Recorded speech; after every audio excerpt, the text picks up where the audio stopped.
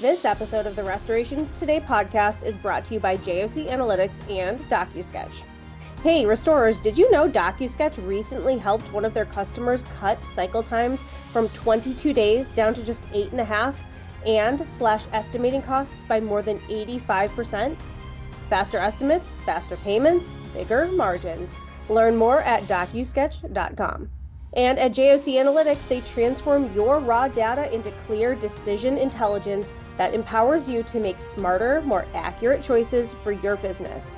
Whether it's identifying your most valuable referral sources, analyzing job timelines to improve efficiency, or tracking your sales capture ratio to boost performance, their platform brings visibility to the metrics that matter most. With JOC Analytics, you're not just collecting data, you're using it to fuel growth, streamline operations, and stay ahead of the competition. Learn more at jocanalytics.com. Hey, restorers, welcome to this episode of the Restoration Today podcast. Today, we're going to be talking about contents a little bit, but we're also going to talk about P&Ls and tennis and pickleball and other trends that are happening in the market and outside of the market. So we're here to talk about all the things today, which I'm excited about because we can't always talk about restoration. It can't always be about business all the time. So I am excited to have Stefan Figley with me. He is the president of 1-800-PACKOUTS. We're going to be talking about all the things. Stefan, welcome. Thank you for being here. I'm going to toss it over to you to kind of introduce yourself and share a bit about your background. I know you have kind of a big background in franchises and leadership and all that, so take it away. Thanks a lot, Michelle, for having me. So I'm the president currently of 1-800-PACKOUTS, the franchise system, and I've been in the restoration business for a little over a decade with a couple other brands, franchising for about 22 years, and before that, I did strategic marketing for large multi-international agency strategic marketing elements. So come with a very different background, but I've been in different leadership roles throughout the time. I'm still here, still plugging away at it. Okay, so from one marketer to another, how have you over the years expanded your skill set to be able to move into a position like president of 1-800-PACKOUTS? I know we're going to talk about P&Ls and stuff like that. And like the average marketer like myself, I've had to work on educating myself now that I'm a business owner on those things. So how have you kind of like evolved over time to be able to move into a leadership role where you more understand the business as a whole? Sure. A lot of it goes into just making sure you understand the different elements of the business. Yeah. And P&Ls, you can start at P&Ls. You got to know, even if you're in the marketer side of it, you got to understand the ROI to it, where the expenses are going to come, what the investment's going to do, and when to make the changes. And so that if you do that on a micro level, as you build out, you're just adding the operational elements to it. And if you really take, for me, from the marketing side, when I went into the operations, it was taking similar elements. They were just different pieces that made up the totals for us. So whether it was just marketing activities of digital marketing, pay-per-click, SEO, any of that, you're building up those as expenses. You're doing the same thing over on the operational side, but it's with people, with consumable elements, machinery, rentals, whatever you have to do. So there's a little bit larger laundry list when you get over to the operations side, but the actions are still similar. And so it's just getting practice of doing that, making the adjustments on the fly. Nothing's going to stick to what you planned, and you have to know that. So being able to adjust is the biggest key to it that I've seen. And then getting the opportunities to put it into the action, and then making the adjustments and doing better the next time. Doing better the next time. That's right. Learn from the good moments and the bad moments and keep going. Excuse me. So, okay. So for people who are listening that are already like, they're talking about accounting right out of the gate. I don't like talking about accounting. Give a couple tips for like people who might be listening that aren't great at looking at their P&Ls, but are thinking I should probably start. What are like 2 or 3 things or 2 or 3 tips that you would give an owner or a manager, leadership, whatever, that going into looking at your P&Ls, what should they look for? Well, and many people are probably already doing some of this. Yeah. The quick basics are the revenues that are hitting, and is it an accrual basis? So that means that you've invoiced it, You say, I'm expecting this much revenue. It costs me this much to do the job, et cetera. I mean, those are the basics. But when you really get into it, especially in our businesses in the restoration industry, you got to be looking at the overhead expenses first and foremost, I think, in managing them. Do you have the staff in-house? Are you bringing some in when you have more capacity that's coming so you can continue to increase your revenue? You get a lot of folks that are looking at costs of rental, like they add trucks to increase their capacity. But I've seen it where some newer folks that jump into the industry that haven't been watching it as close, they're renting a truck and they're driving it forever and they don't have a good rental agreement on it. And I mean, they're spending more. And so they think, I made all this money. And then their margin is actually, sliced down to like 5%. And they're like, well, I didn't make any money. Yeah, in our business, in the pack out business and contents, if you're not buying your boxes strategically, for example, the consumable elements, and you get caught without inventory, you're not going to make money by going and buying boxes out on the marketplace. They are 4 or 5 times as much to the public that you can buy through businesses that have the buying power that we have. And many other restorers are in that situation. And so making sure you're planned ahead of it, that's an investment. How does that trend over time? Then you get into cash. So you change from everything we just said to the most biggest thing that trips us all up is cash. And I have this, and is it AR or is it not AR? So are you really getting there or not? Cash coming in, cash is king. You've heard it before. It is. And it's very difficult for folks that are getting started.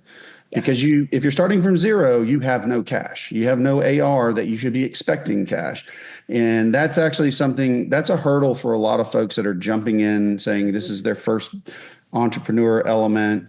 They don't have enough working capital to sustain the growth that they need and want in their pro forma, what they set up. And so again, watching where it is, managing it to that degree. I see a lot of people that do a lot of work that they actually don't make the margin that they think they make. Yeah. And that's key. And so as you're building your business or continuing your business, where are you? P&L review when you're around $3 million in revenue. That's like the major element for, it doesn't matter what industry you're in. You hit $3 million, there's a huge effort to expand that to $4, $5, $6 million. And the margin changes because you have to make a significant investment to move yourself up. And that's a lot. So that's why you see a lot of businesses, I think, around the $3 million mark. And I know there are people out there going, I'd be happy at the $3 million mark. Yes, many people are happy at the $3 million mark, but there's a lot of effort if they want to continue to grow that. And so again, it all bases around your P&L and what you're watching and how you manage it. Yep. 100%. Okay. So let's talk about packouts and contents. Talk a little bit about 1-800-Packouts first. Explain the company a little bit for people that are not familiar.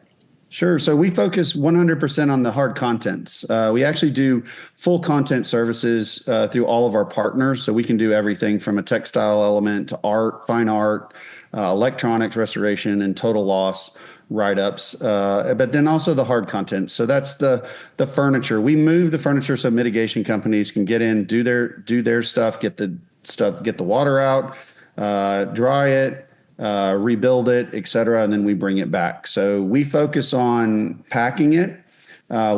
We try to teach and encourage our franchisees so that we have the lowest breakage rates possible. And there's strategies to that we employ. We pack it. If it needs cleaning, we clean. All of our franchise owners clean with ultrasonic technology, and then we store it. And we store it in our private facilities. We don't store it in public facilities. We know where it is in inventory. We write for the insurance carriers. So we are an easy add-on for anybody that doesn't want to deal with the content side specifically. And that's all we focus on. We don't do mitigation. We don't do build back. We work with a lot of folks that do. So we're happy to partner with folks on that. But we focus on what we do the best, and that's where we continue to grow our business. So a lot of your owners, are they mostly like independent and they just own a 1-800 Packouts, or just are some of them like restoration company owners that have bought a 1-800 Packouts and they bolted on? Yeah. What is that landscape? That's a great question, Michelle. Actually, as it got started, as 1-800 Packets got started, we were a heavy bolt-on for restoration Yep. companies. And so we have several owners and a lot of owners that have been around for a while with our business, and they do have a restoration element. Some are completely separated. They don't house in the same building. They literally don't even, you wouldn't know it if you didn't know them. And then there's others that, commingle it, if you would, to some degree. And so we do have some of those, but almost 100% of our newer owners over the last couple of years are coming in from outside the industry even. We are getting a few folks that are switching over from moving. They've got they had a moving business, they sold it, they got a taste for restoration. They saw the problems they had by trying to take on the restoration job as a mover, and some of the headaches that come with the oversight that you might have for insurance carriers, et cetera. So we do see a lot of them starting to come in. So right now in my mix, I've got about 60% to 65% that do not have a restoration company. They are 100% focused on the content business. Okay. So how much have you seen kind of the content space evolve maybe in the last 5 years or so? I know we've talked a lot about money and cash flow, and I know a lot of restorers are always looking for other ways to expand. So I think that's one of it. But how have you seen contents kind of evolve in the last few years? Sure. Well, first of all, contents has evolved from the carrier's perspective. They're getting many of the conversations that we're having with them are around the specialness of personal property. Who's touching personal property, who's handling it. I've had multiple conversations with folks around building specific programs because their breakage rates were so high that insurance carriers are paying even more to finish a job on a claim. And they're like, my gosh, why are we getting so much breakage? It was broken in cleaning, or it wasn't cleaned. They got requests coming back on the claims to have more cleaning done because it wasn't done, et cetera. So that's a big change and a focus.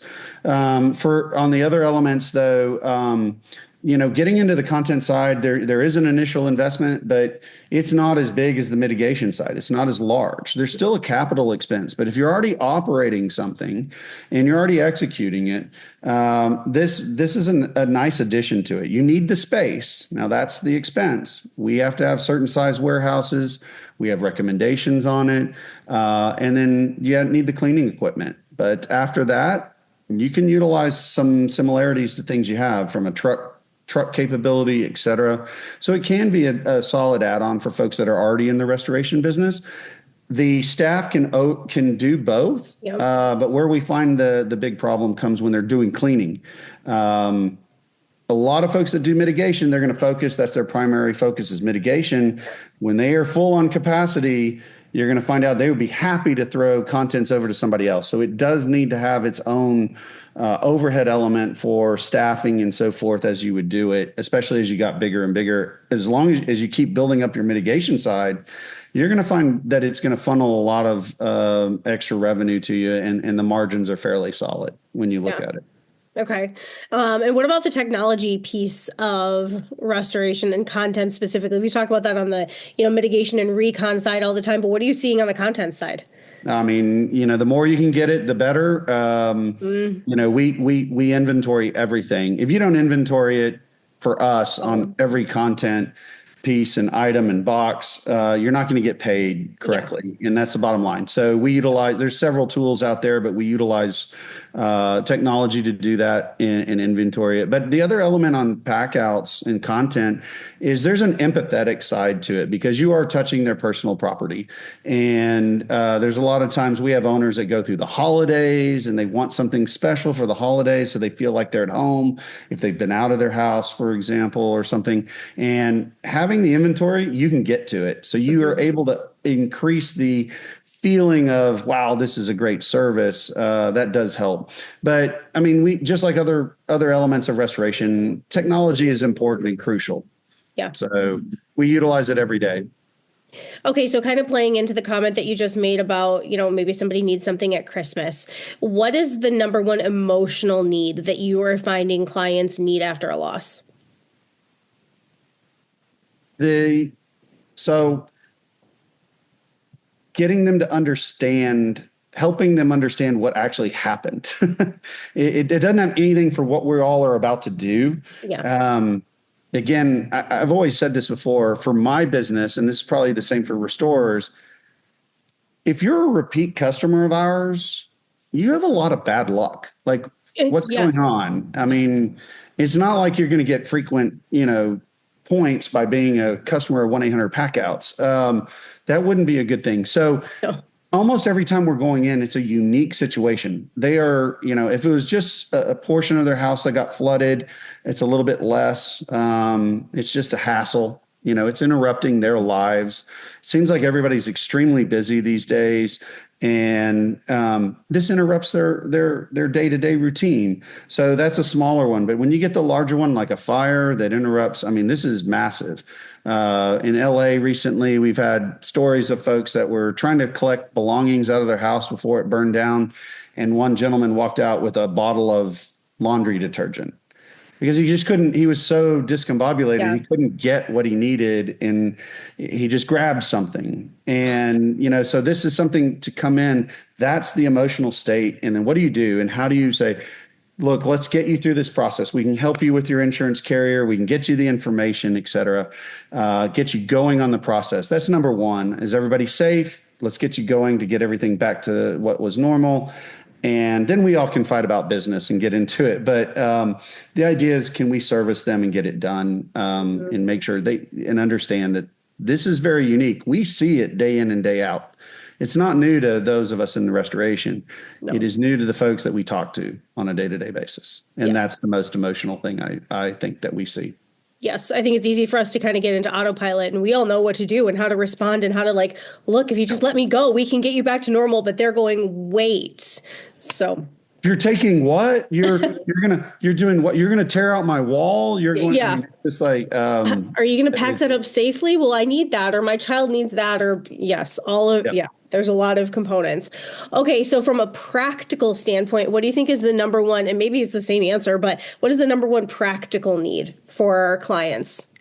For clients, I mean, the practical need is getting them through. If it's an insurance claim, getting them in and getting the process done, started and done right, so that those of us in the restoration world can get in and get our jobs done, so that they're happy. It's more. I mean, the emotional element is there. You're going to see that no matter what when you go on site. But the immediate thing that we have to do is, if everything kicks off in the right process, it'll expedite everything completely for all of us, for them as the policy holder and the homeowner, and for those of us trying to get the work done for them. So that's the most. If everybody goes through the right process, we're not in arguments about getting paid, who's doing what. That takes time. And if we can get through that, then it'll be more efficient for everybody, even from a cost perspective. Yep, 100%. So what do you see as the biggest challenges in the contents part of the industry today? I'm guessing that they're probably the same as the industry as a whole, but what do you see as the biggest challenges? Yeah, for the overall industry, I mean, it's just what are we doing? Where are we? And how are we getting the claims? 2024 was one of the lower claim years that I think we've seen in quite some time. I look forward to seeing more information as we report on it. But sorry, I have a naval jet flying above me right now, so That's all right.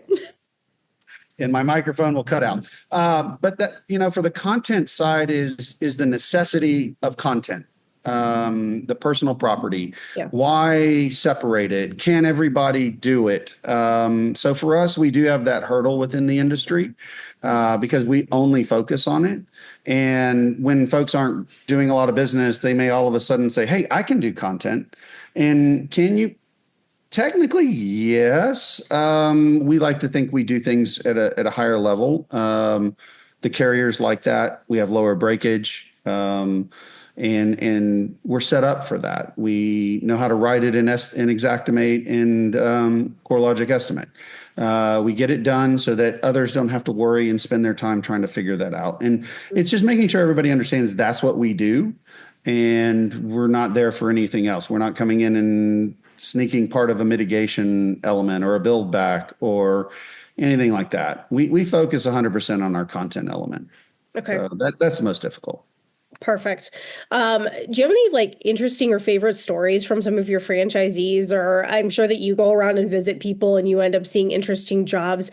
Any thing that kind of like sticks out in your head as interesting, different, whatever? Yeah, there's a couple. I mean, you mean besides the guy that walked out with his laundry detergent from the Well, fire element, but I mean, it's just that's an example of what do you do in the murder? You're yeah. just not thinking straight. We've done some interesting jobs. I mean, the hoarder jobs are basically like a mystery box when you get there, and I think every restorer will tell you that. One of our owners, it was a fairly good sized house. They wouldn't let us in. A partner that was on the mitigation side needed to get in to do water mitigation. They could do contents. They saw it. They called us instead. And we worked with the estimators, the adjusters. We had to film it. So they were able to crack the door about 4 inches and reach an arm in with a phone and video. The door wouldn't open any further than that immediately. And from that, they worked with the adjusters, and they were given like, okay, you have $10,000. So they said, okay, we're working until we have $10,000, and we were barely in the house. All of that led to they found a dead family of possums, and they found an alive family of possums in the house. So they named the live ones. They thought that was pretty funny, but getting it all wrapped up and the homeowner back in correctly was one. The other is like some art that we've found that we have to remove so that mitigation can do all the work. And a lot of folks you find in some houses, they put the art or they put furniture in while it's still under construction. And there's no way to get it Get it out out. usually or easily when it's all done. And so we literally had to crane artwork out from the back double door, wide patio doors to get it out there. And then it craned it over the house to be able to move it and allow mitigation and build back to go on. But, good. It was a great insurance carrier. They knew it was the risk they took. And we were able to do it right with some partners on the art side. And we got it done. It's just some unique things. Everybody has them. You see them all over the place. Someone's going to write a book about the greatest stories of restoration jobs that are there, and I think somebody could actually put that together, and we'd all probably find that pretty enjoyable. So. I totally agree. I've tried a few times to get a column together like that for CNR, and people always talk about how much they love it, but getting restorers to stop for 5 minutes and tell their stories isn't as easy. So Yeah, so I'll throw a suggestion out there for the restorers. Grab some AI, just read it in or tell your story into AI, and it'll summarize it, and then you can potentially write it off of that. And that'll help maybe some of us shorten our times versus trying to type it all in and write the story on our own. You never know. It might work. I'm going to document these. I mean, so there's our great. owners like to hear all the stories too. So I figured I'd give that one a shot at some point here. Yeah, I love restoration stories. That's like my favorite question to ask anybody, I think, is tell me some stories because they're always fun. Okay, so this is kind of like a personal random question at the end, but the restoration industry, we're a 24/7 business, and there's people get burned out, so it's important that we do kind of other things. And as I was researching you, I saw that you were an All-American tennis player, I think in college. So talk a little bit about like maybe your athletic background and then how staying active maybe as a professional has helped you through your career to, probably rise through the ranks, stay busy, stay connected, be a good leader, and how like maybe the roots as a tennis player or being athletic played into that. Yeah, I mean, I wouldn't trade it for the world. I mean, there's a lot of work to get there, but it's just like you said, to be able to achieve it, you're working on goals every year, really every month. I boiled it down to every week based on when events were. But working is all through younger years. You're building it up. You get to a point now, you get to a pinnacle, and that was going to college. Are you going to college or are you turning pro at that level where I was? And I was not good enough to go pro at that juncture by any means. So I headed down the direction of college. I learned, I played my freshman year, and then I was solid. I held a record for most wins in Division I tennis, NCAA Division I's tennis, 27. It's great. They changed the rules, so a lot of people can't even play the same number of matches that I won. Like total. So like, good luck catching that one. They can, but it'd have to be really, really, really good. But then my next year, getting a new coach, I had an assistant coach that came in, just the change of the environment, new input, new advice, ways to handle things, everything. For me in tennis, you have to figure it out on the fly. Things are going to change. You can come in with a game plan, but you will need to change it once you're playing. It's the same thing in business. We're going to go in with an approach, and we're going to have to change it. You're going to approach a restoration job with your plan, and most likely you're going to have to make some adjustment there. A team member didn't show up. It was worse than you thought it was, whatever it is. In making that having that flexibility and the ability to make that judgment and make a good one and move forward with it. All of that is helpful in business. And it was extremely beneficial to me as I've gone through my career, to really go back to that and say, man, all that work, I've been through it mentally. Let's do it again. And so it's very similar. You're right. But it's been a lot of fun. So I love it. Perfect. Okay. Anything else you want to add before we wrap it up? No, that's great. Just appreciate everything. And, anybody that needs any help with packouts, we're happy to help. And any other thing, happy to talk about the industry with anybody and really try to keep figuring it out so that we all can succeed. Where can people find out more if they want to find out more? Website, reach out to you? Absolutely. It's great having a brand name of 1-800-anything. You can do it that way, or just 1-800-packouts.com. Easily accessible for us all. Can reach us. And we're not a huge team at corporate, so it can get to me pretty quickly. So happy to help on anything. And we attend all the conferences as well, and look forward to talking to everybody while we're there. Awesome. Well, thank you so much for your time. This has been a pleasure chatting with you. Thank you for your insights and your wisdom, and hopefully we'll cross paths soon. I appreciate it, Michelle. For more Restoration Today and the latest news, visit our website, cnrmagazine.com, and find the latest episodes of the Restoration Today podcast on your favorite podcasting platform.